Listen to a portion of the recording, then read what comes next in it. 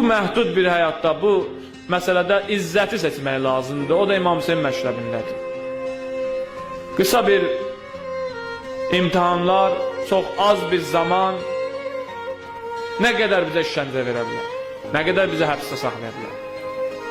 Çox az bir vaxtda. 50, ömürlük, demirlər ki, əbədi həbs.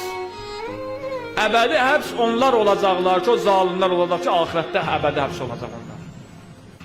Bizə deyirlər ömürlük həbs. Yəni ömrün nə qədərdir? Birinin ömrü 50 il, 40 il, 30 il, 70 il. Sən bu dünyada bizə ömürlük həbs verə bilərsən haqq uğrunda.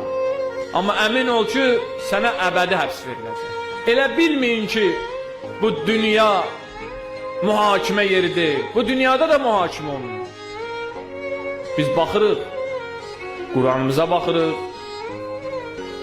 Əgər hansısa bir zalim, nəfsinə itaət eləyən, İslamın qarşısına dayanmaq istəyirsə, dinin qarşısına dayanmaq istəyirsə, biz baxacaq.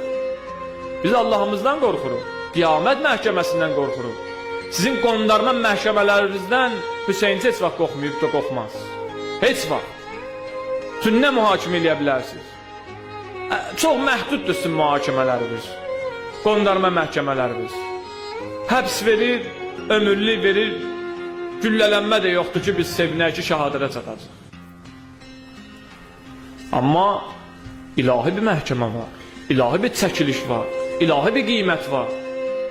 Xoş o insanların halına dünyada hazırdılar, qondarma məhkəmələrdə mühakimə olunsunlar, amma qiyamət günü ilahi ədalət məhkəməsində mühakimə olunmasınlar. Orada hesabsız geçsinlər.